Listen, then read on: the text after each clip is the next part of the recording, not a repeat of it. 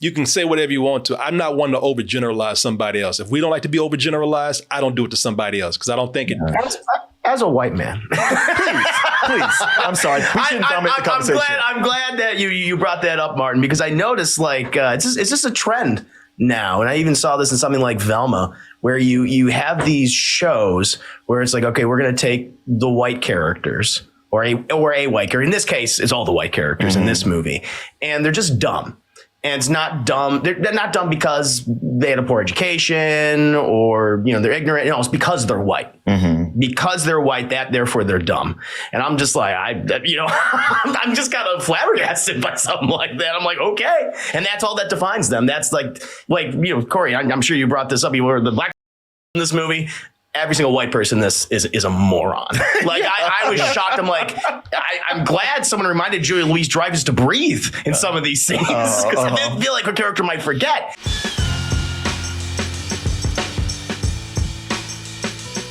Eddie Murphy, as the kids like to say, the GOAT, greatest of all time. I don't care what this man has had in his career that he may have stumbled with these movies or, he's done some things that are questionable. He's done some things that are downright bad, but still, just based on maybe even 2 or 3 works, this man has done so great that he is a legend and still remains one of the greatest comedians, one of the greatest personalities of our time.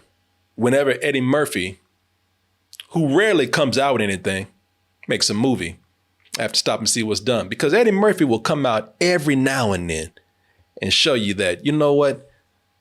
The man still got it. It's a blueprint.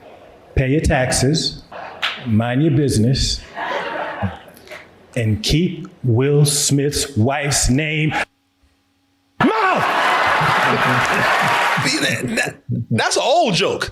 That is a year after the Chris Rock slap, the Will Smith Chris Rock slap. And somehow this man came in and took this old bit of news and his old joke and still made it something hilarious just because of his delivery, man. The guy, it is a close, really, when some people say that he is somewhat of a comedic genius, I still believe it, man. So that's why when this man comes out with a movie, when this man comes out with a project, I have to stop and see where it is no matter what, because I am still a huge Eddie Murphy fan. So when I heard that not only was Eddie Murphy going to be coming out with a new movie, but he was going to be, and I've dreamed of this so long, man. I sat up so many nights saying, when is Eddie Murphy going to make a movie with Jonah Hill? And that day. I think we've all been wondering that. Yeah. And I thought it would never happen. I said, it's just too good to be true. But thanks to Netflix and what's your boy's name? Africa. Kenya Bear. Yeah, Kendra, yeah. What's his name? Kenya Barris. Kenya Barris, who created Blackish. Thanks to him, and also writing partner Jonah Hill on that. We have the latest Eddie Murphy film with the great Jonah Hill, and that is You People. So you want to marry my daughter? Yes, I do. Well, Ezra, you could try. What's the difference between me and you? Jonah Hill pretty much plays this white Jewish hipster. You can tell all by the tattoos and the Gucci shirt that he's wearing, who falls in love with Amira, who is not only a black girl, even though she is light-skinned, she's still black, and not only is she black, but she Muslim black, or at least her parents are. Jews and Muslims don't exactly get along that much. We all know that. So it's very awkward. They want to get that they want to not only date, but now they've gotten so close that Ezra wants to marry Amira. So this is where we get into a comedy of errors where they have to meet each other's families and things get very awkward as they are either very ignorant of each other's cultures or just downright insensitive about it. Near the end of this movie, it's not really a spoiler, but you can look at this and probably tell that this is somewhat it follows the blueprint of a comedy of this type. Yeah. Sorry, But So no big spoiler here, but I'm just going to say this. Near the end of this movie, Amira and Ezra, due to the bickering between their families, they just don't know if the marriage will work between them because of them being from different races and different cultures of their families. And they are 100% correct. This marriage will not work because of their families, but it's not because of race. It is not because of religion or culture. It's because people are either assholes or idiots in this movie, man.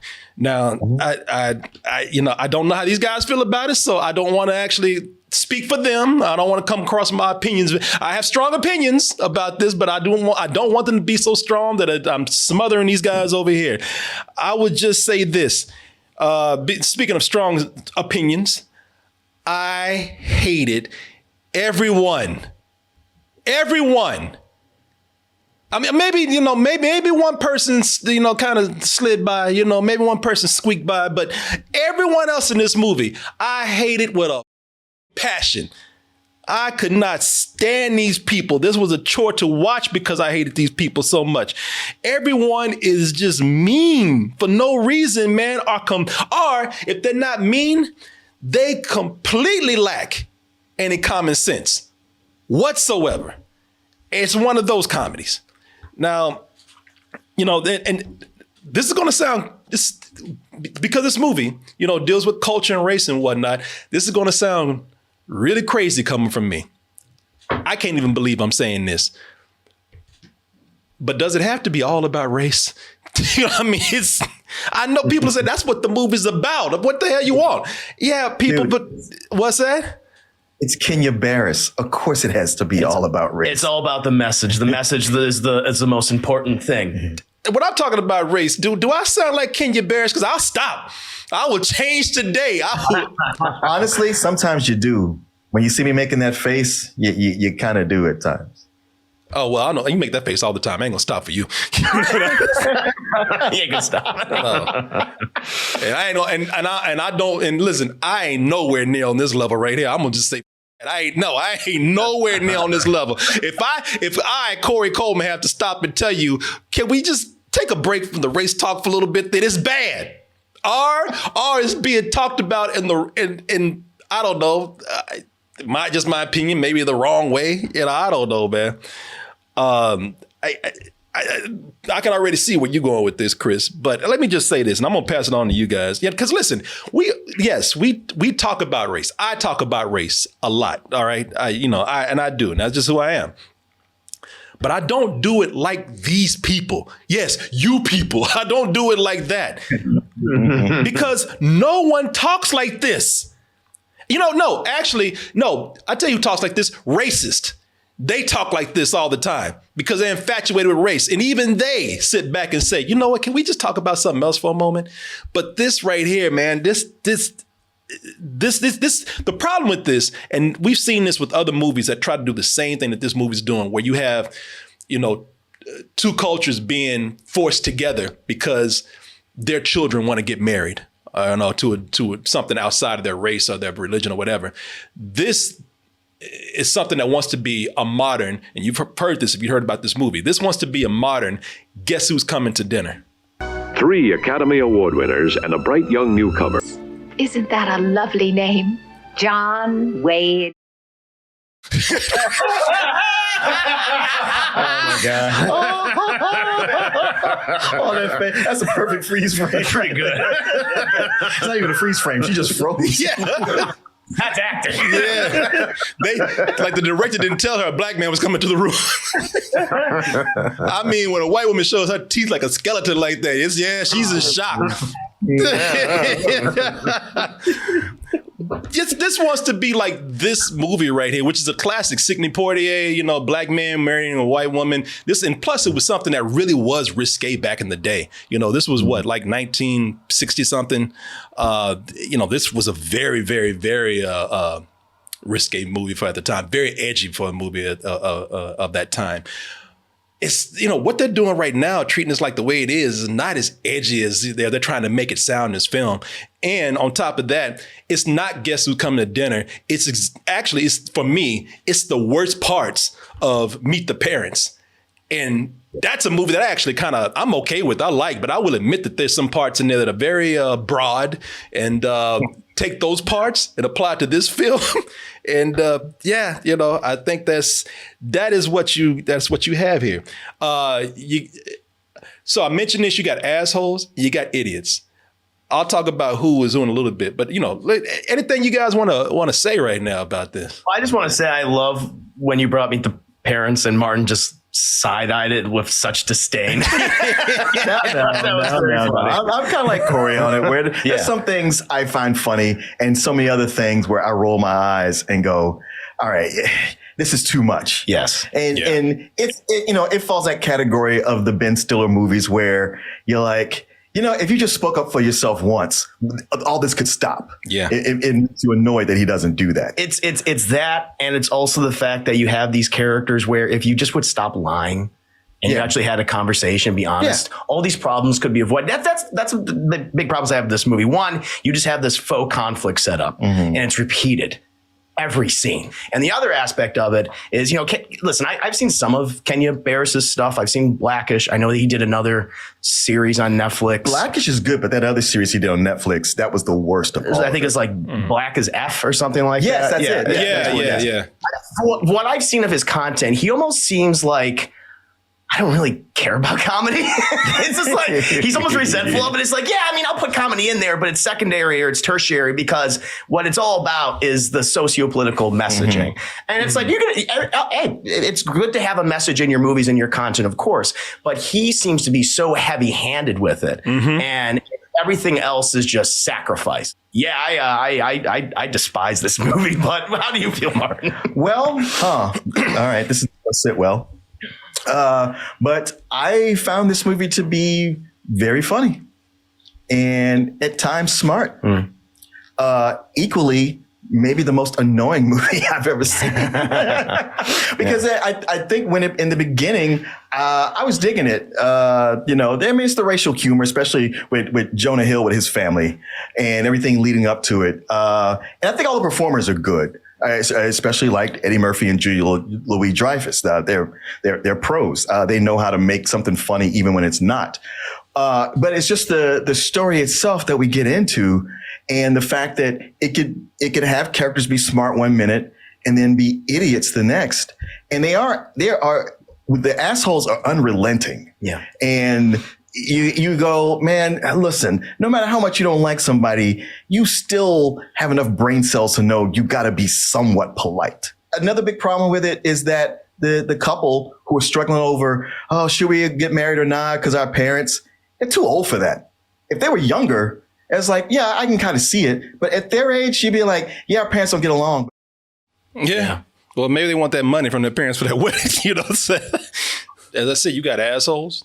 And you got idiots in this movie. And from these guys talking, you could probably tell who's which, but I'm going to go ahead and just drive in on how I feel about this, because I agree these actors are good, but I hate these characters to the point where I don't, I can't find anything redeeming about them until we get too late in the movie and they pull some predictable shit that they try to do something that's not earned at all. All of a sudden, they just pull out, oh shit, the movie's almost done. Let's have the speech. But so who's who? Who's the assholes and who are the idiots? Well, I hate to say it, but the blacks are complete assholes in this movie, man. I hate to say this, and I hate to say it even more, starting with Eddie Murphy. He and Nia Long, who are playing the married couple in here, Akbar and Fajima, I think. But anyway, yeah, man. They're not just black. Them, like I said, they're Muslim black. And Nation of Islam black. Yeah, and I would say militant, but that's not the word I'm looking for. The word I'm looking for is obnoxious. Obnoxiously Muslim. I'm sorry, I don't mean any disrespect to anybody out there who is Muslim, but these two right here, they always got to be in your face with it, man. It's almost like they became Muslims last week and they still wearing it like a fashion statement, just being in everybody's face about it. It really is that, and it almost gets called out. Yeah, and you know what? And it's too bad because when you say you like Eddie Murphy in this, Martin, I started out like that too. When he came on, he did these scenes with your guy from Lord Squad and Odd Future, this guy Travis Bennett. And I wish that there were more scenes with them together because this guy is actually pretty funny. Travis Bennett is hardly in the movie, but there are moments between him and Eddie Murphy. There's these father and son moments that a very black father and son to me. You know what I mean? Like just. Yeah. Not your black dad, just not him being stern, just being a complete smart ass to you, and I thought that those scenes were actually very funny. This place used to be our thing. Cultural empowerment, market expansion. You know what? Somebody gonna bust your teeth out one day. I like, instead of just acknowledging you're right, I'm gonna bust you in your mouth. I like that. That is weird. That's funny. Those two, their timing together is great. I love that. But then, he just started being rude, not just to his son.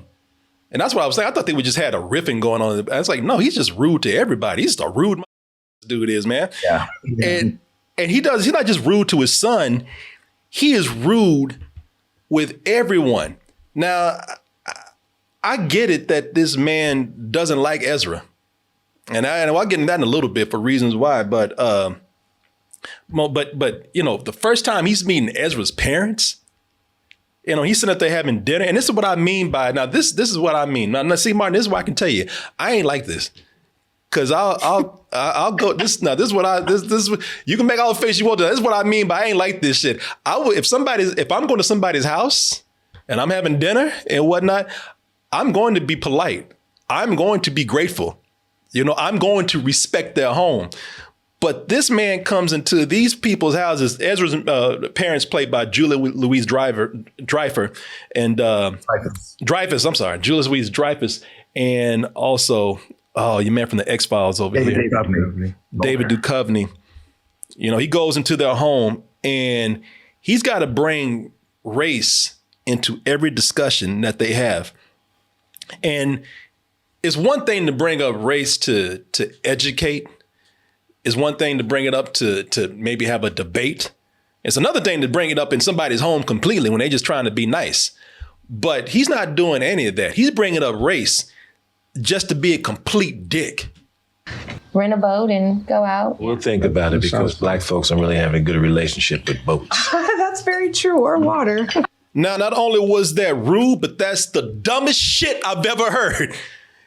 For one, I know too many black people that go on cruises, on boats. And for another, what's that? Like who? Now, let me give you a look. I'm clearly kidding. Black people don't like boats. Black people don't like water. So what now? So we can't wear cotton shirts now. So we can't ever use rope from Home Depot. We can't ever watch a damn Indiana Jones movie again because he has a whip. What does that mean? That makes no sense at all. Even him saying that, you could say that as a joke. Now it'd be passive aggressive, but you could say it as a joke and everybody could laugh at how ironic it is. But there's nothing passive in his aggression right there with that. No. And having the wife chime in too, just like, wow, you were just determined to ruin this evening. And for what? Yeah, exactly. And I thought it was funny when Amira asked, when Jonah Hill had a discussion, like when he rightfully said, wow, your dad's kind of aggressive, man. Your dad's kind of an asshole. And and he said it more politely than I did. And she said, well, what do you mean by that? And he's like, well, just the way that he was just kind of, being angry at dinner. And he's like, oh, you mean my dad's an angry black man. Is that what you're trying to say? And I'm just like, yes, that's exactly what the hell he is. He's an angry black man. He can't even eat dinner without bringing race into it angrily over a fucking boat, which he knows that makes no sense at all. Yeah. Dude bothered me. He was just so confrontational. He was confrontational, defensive, combative, all that shit through the whole movie, man. And I hated that character. I couldn't stand it after a while. The thing that's frustrating about it is that it's never really that funny. No. It's almost like Bears whispered in Eddie Murphy's ear after every scene, just like, okay, but can you make it less funny this time? Can you be as dry and deadpan, as serious as possible, and just not be comedic? Yeah. I don't know. His character was a huge turnoff. Well, it's such a thing where the conversations they get into, between, the blacks versus the Jews and all that. I was like, this is actually an interesting topic that you could explore in a polite conversation, and we could have a reward at the end of it. But instead, they yell like children, and then the scene is broken up with slapstick. Yeah. It's like they got to the point. It's like, rather than actually get somewhere with it, let's just have a slapstick moment and go on something else. No, it is a lot of yelling. It is a lot of, again, a lot of aggression. Shit, if any dad needed dad grass, is this fool ass over here. Well, you did warn us. I tried to tell you at the beginning of the show. Now you didn't listen to me, but you can't say that I didn't set it up. I told you. I said I haven't had to do, and it is here. But come on, can you blame me? When I talk about giving him dad grass, I don't even want the brother to get too high. I just want him to mellow out. And that is what dad grass does, man. Dad grass is for people who are like me. You can't handle the hard stuff. You get that MJ up in you and you start babbling, you start talking crazy, you get sleepy immediately. I can't speak for everybody else, but I can't function too well. But I did get some of this dad grass over here. And I got to tell you, man, mellowed me out just right. I was able to, a lot of this I had in the summertime, this past summer, man, and in the fall. And I would actually sit outside sometimes and I like the tinctures that they have, the ones that, that you take from the jar and the liquid that you put on your tongue. And I would just sit outside and just look up at the stars and just relax, in my backyard and feel really good, and could go in and still make words, make food, but I wouldn't fall asleep immediately. It just put me in a very, very mellow mood. And that's what these are for. It's legal, organic, smokable hemp that relaxes your body. And as I just told you, mellows the mind. They got 100% organic pre-rolled joints that are very low in THC but very high in that CBD. So you can enjoy the effects with a clear head. I told you that my little dog Pixie, when I'm at home, it starts raining. She can't stand it. She gets all nervous and everything. She follows me all around, just shaking her little body off. If your dog is like that, or if you just want to chill with your best friend at home, talking about your pooch over there, well, they got even dog treats, CBD dog treats that'll mellow your dog out. So you and your boy or your pet could sit in the backyard and mellow out together. Right now, you can go and get 20% off your first order over at Dadgrass. If I've convinced you at all that any of this is for you, and I'm sure I have. Again, that is dadgrass.com/toasted for 20% off your first order. I want to thank Dadgrass for sponsoring this portion of the show, and I want to thank all of you out there for your support. And you know what? One of the things I want to bring up with this character in the movie is that they make him such a, and they talk about how he's such a strong black man, a strong black Muslim, and I mean, and like I said, the guy goes around announcing that Fred Hampton was murdered. He wears shirts like that wherever he goes. Like I said, he's in your face about it. He's such a proud black man, and he's so all about the history and the pride of the culture. But you notice he uses the N-word a lot. Like, yeah, I was like, what, not saying that you shouldn't. I ain't one of those guys that's out there, just trying to tell everybody, you shouldn't do this and you shouldn't do that and the N-word is bad. But, it just seemed out of character for him, for me. Well, it just seemed, he grew up where everybody's saying it because they do, and it's casual. It's part of the vernacular. Yeah. But, it wasn't like he was raised Muslim. It even mentions that at some point he flipped over. So some habits are just not going to die off. Yeah, no, I get it. The only reason why I say that it stood out is because sometimes again, it just wasn't written well in the dialogue to where it just kind of stood out. You know, that's probably why it seemed out of character. But you're right. I do see your point where, you know, they do make it, they stop to mention that, yeah, he grew up a different way. You know, Akbar was not his real name, and he gets called out on it. It was Woody. Yeah, Woody. Now, Julia Louis-Dreyfus, man, she is by far not a perfect character in this movie. She's a different level of annoying. She's a different level of cringe than Eddie Murphy is in this movie. But she's not as rude and mean intentionally as Eddie Murphy is.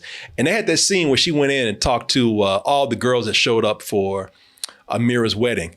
And I don't know, but I was like, listen, that was uncalled for what they did to her. Well, hello, Titty. Who is this white woman? You know, the black people that I know would just simply say hi or nice to meet you. You know, they wouldn't stop to say, you whitey. You know, I that's the kind of writing in this movie where I thought like, man, you know, the writing itself is aggressive. And why? You know, because they're trying to, you know, instead of having a good message in this movie, they're trying to force laughter from something that's just mean-spirited. You can say whatever you want to. I'm not one to overgeneralize somebody else. If we don't like to be overgeneralized, I don't do it to somebody else because I don't think it.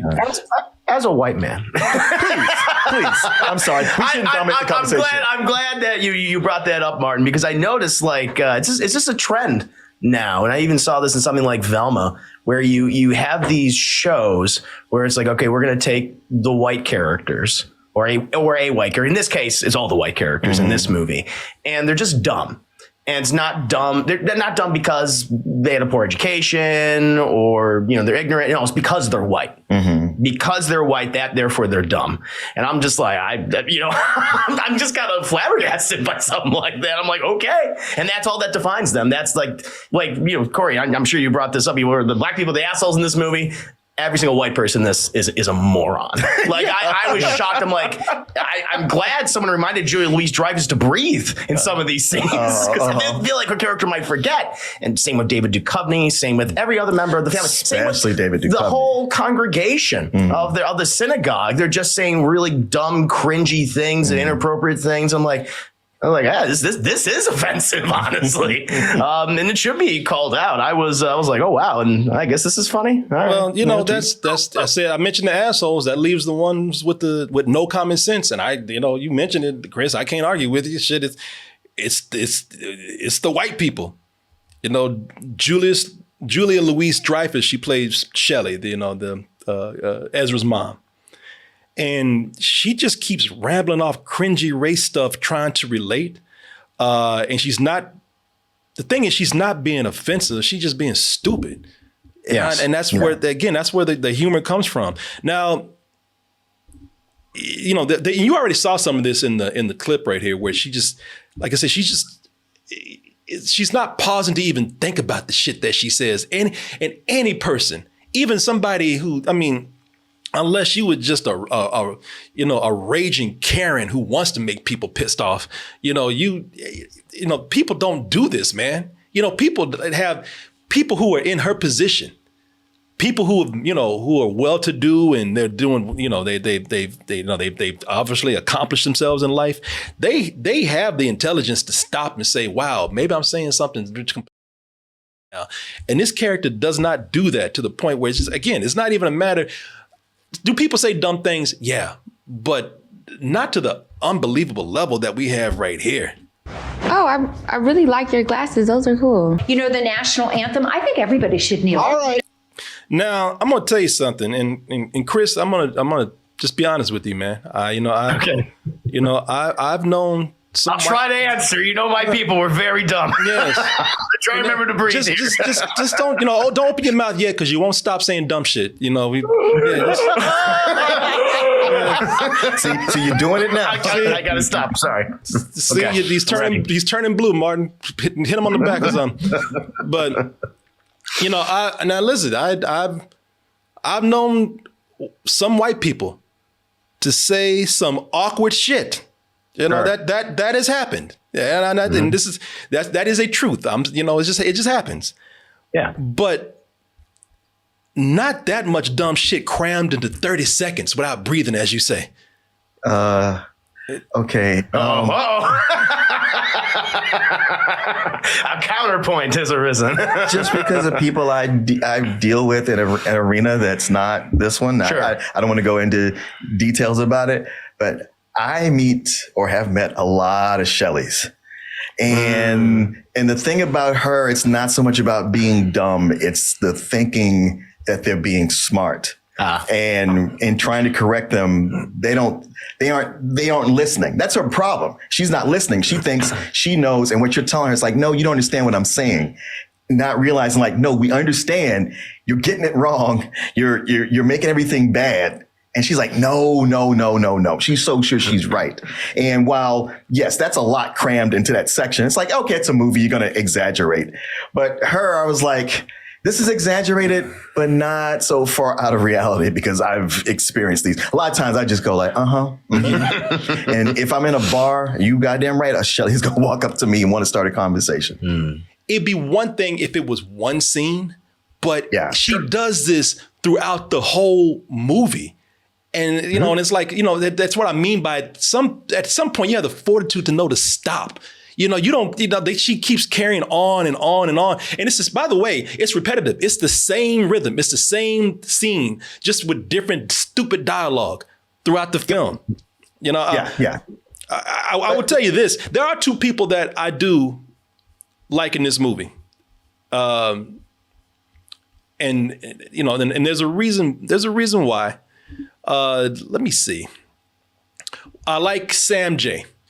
Sam J was a writer for SNL. She's a comedian. I like her because, you know, with a lot of this movie is the ad-libbing is terrible in here.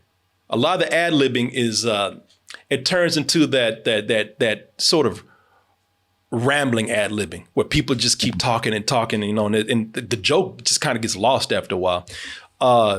She actually comes, her ad-libbing is actually very funny. The other person that I liked in the movie was David Duchovny. I thought and the reason why is because he looks like he was high when he showed up, man. It looked like he smoked a whole bag of weed before he got there. And that's a good thing because that means that he doesn't talk much. And that means that since he doesn't talk much, there's a less chance of his character saying dumb shit. Thank you, but that's not necessary. This looks really nice. Thank you. Oh, fabulous. So, you know, he just looks sleepy through this whole movie, man. And I actually like that. You know, he's one of the characters that I thought was all right because he does. I mean, like he's just there. He's not doing a whole lot. That's the problem. I thought he was just kind of there. Honestly, he seemed kind of lost. Yeah, he did. And of all the idiot characters, he's the biggest. Yeah. And he didn't skate by on not repeating the same dumb joke. Oh, he did. I was like, if you keep bringing up Exhibit, I'm going to walk out of here. That was a running thing. I was like, it wasn't funny in the beginning. It wasn't funny the first time. I was like, who how much humor do you think you're going to milk from an Exhibit joke? You know, ain't nobody heard of Exhibit since the 90s, man. You go, why we have this running joke in here? You know, but the thing is with this film, man, all these broad stroke approaches towards race, I think that's probably because as I was saying, the humor is so broad in this, man. You know, I was telling you, like I said, it's a lot of improv going on in here. That just turns into rambling. And a lot of that is done by Jonah Hill. He's his character, you know, I thought as far as his intentions, as far as being one of the nicest characters in the movie, I thought he was one of the most sincerest and sweetest characters in the film. His rambling just got on my nerves, man. You know, to the point where I like, how what is this girl even seeing you, man? Mixed race people are really awesome. You know, you have like Mariah and Derek Jeter, and then of course you have the GOAT. You know, Eddie Murphy might be an asshole in this, but I wouldn't want my daughter marrying this babbling idiot over here. I can't blame him on this one, man. I don't care if he's white, black, Jewish, or anything else, man. The way he just runs his mouth and says nothing. Like he stammers and stumbles over his words so much that I really did not understand what this girl even saw in him. It was unless, like I said, she just wants a sweet guy, which he is. But he says something funny every now and then. But most of the time, I just don't see it, man. Most of everyone's dialogue in this is like a bad Judd Apatow movie, is what it comes down to. It's that Apatow style filmmaking where we have a bare bones script, skeleton. I want to put the camera down, have my friends riff for 45 minutes. All right, let's cut together. And Jonah Hill has made a lot of money doing secret punch-ups on a lot of movies. Yeah. So it makes sense why he would have this. And I wasn't bothered by the ad lib most of the time. I mean, even with that scene, it's like, okay, he's supposed to be nervous. But even when I like the ad lib, every time it went on too long. Like with the whole Judd Apatow thing, we're going to keep shooting until you run out of jokes and then we'll edit together the best stuff. And I was like, this editor, whoever it is, needs to go back and cut it down even shorter. Movie has an awesome cast in it. Eddie Murphy alone makes me wonder why. Okay, let me just ask this while I'm thinking about it. Eddie Murphy is like a groundhog, man. He comes out every now and then just to see his shadow and make a movie. And it's like, all right, I'm not one to tell Eddie Murphy at all, or anybody to tell Eddie Murphy what movie you should do, what project you should choose. His career alone speaks for itself. He's a legend. No one should tell him anything. That's not what I'm saying. But I do have to ask, why this project right here? Oh, it's easy to see. I mean, Kenya Barris is a name. He's a producer. He gets things done. The idea of teaming up with Jonah Hill, who is known as, like I said, as a writer besides being a comedic actor. Eddie Murphy and Louis-Dreyfus, they were on SNL together. That's them two working. It's a Netflix deal. Eddie Murphy has a Netflix deal, and it's going into race. And it's a movie that he doesn't have to carry. He is a character in it. He's an important character, but he doesn't have to carry it. He doesn't even have to be funny. He just, his character is not very funny at all. Yeah. So on paper, a lot of this looks good. It's just that when the final product's done, you're like, oh, well, damn. He has a previous relationship with Kenya Barris. Isn't Kenya Barris write Coming to America too? Oh, I think you're right. Yeah. And so they probably liked each other. Yeah, they probably liked each other. Yeah. And Eddie has always been more about working with people he likes than whatever quality of material is. Yeah, that's true. I just look at the quality of the material is what it is really that's bothering me here, because as I said, it's not just the race talk or anything like that. I do think that this is a movie that's a missed opportunity. I mean, a lot of the stuff that they're approaching with race, a lot of these jokes have been done for years. From other decades, it's just warmed over recycled humor about race jokes. Nothing that's really talking about anything that that's in a clever way that might actually say something. If you're gonna do that kind of broad comedy, then at least have a point to it. At least have something where the scene ends with something. That whole scene there's a lot of scenes in here. In fact, there's a whole section where Eddie Murphy's doing let's put the white guy in the awkward black situation to see how he behaves. They take him to a barbershop full of Crips. I don't know why, but they take him in there wearing a red hoodie. For one, that scene does nothing. Like right. There's no sense of danger. There's not really a joke there except that he walks in wearing a red hoodie. The scene doesn't conclude with anything. It actually just cuts. Like it went nowhere. Actually, no, it led into a pretty predictable basketball joke that you see in the movie. If you watch it, people do inexplicable things just for a joke. Not for any reason that lends itself to the story or makes any sense. They go to a bachelor party and everybody's doing cocaine and asking for cocaine while this man's future father-in-law is there. And it's like, why would you do that? You're not friends if you're asking for cocaine while this man's father-in-law, and saying it aggressively too. No, man, your cocaine dealer, where is he? You do cocaine. While you see this father's black ass sitting right there. I kind of hate writing where we're not going to make sense out of this. We just have a premise and we're going to run with it, even though we don't have a joke to go with it. I cannot stand that kind of writing. That's just, that's just me. My last point here, and this might be a nitpick because some people might like this. I didn't like it too much. I thought, there's a lot of weird transitions in this movie.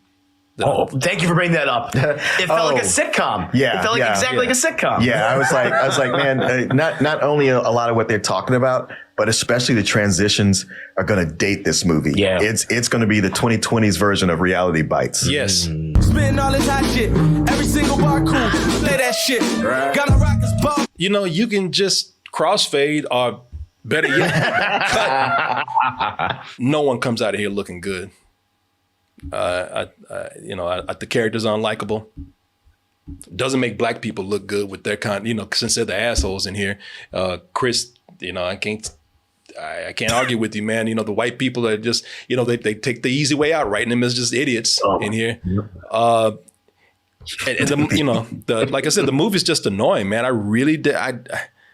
I really hate. I don't like saying this about people's work. I really don't. And there's some people who like this, but I really hated this movie, man. Some old bullshit to me, if you couldn't tell. But it just feels like these characters are just used as a mouthpiece to say everything that Kenya Barris wants to say. Mm-hmm. Comedy is not the priority here at all.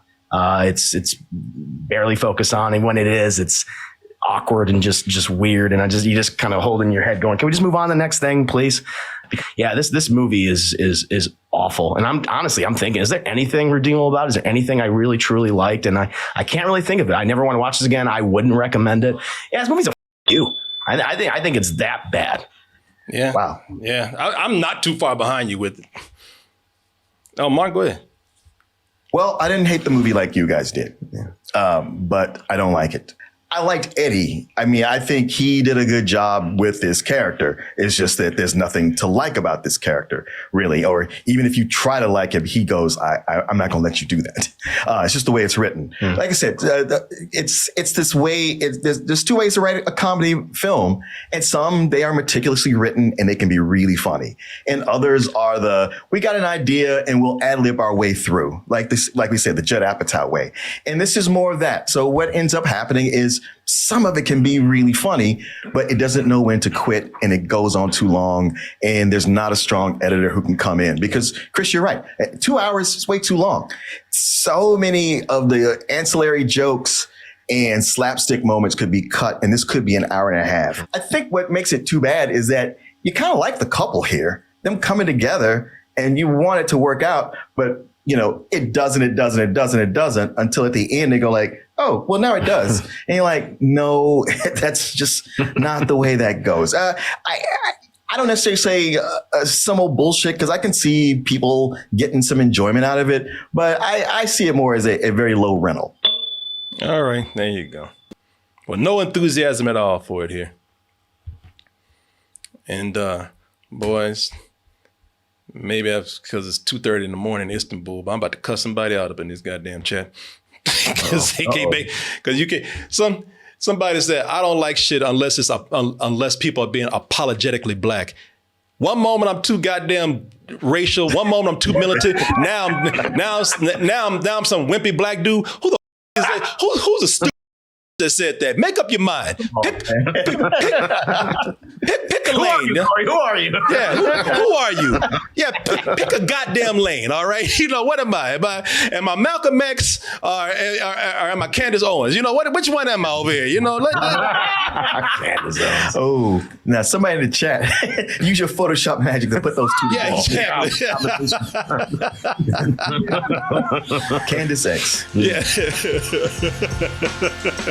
Oh, there you go, y'all. There you go.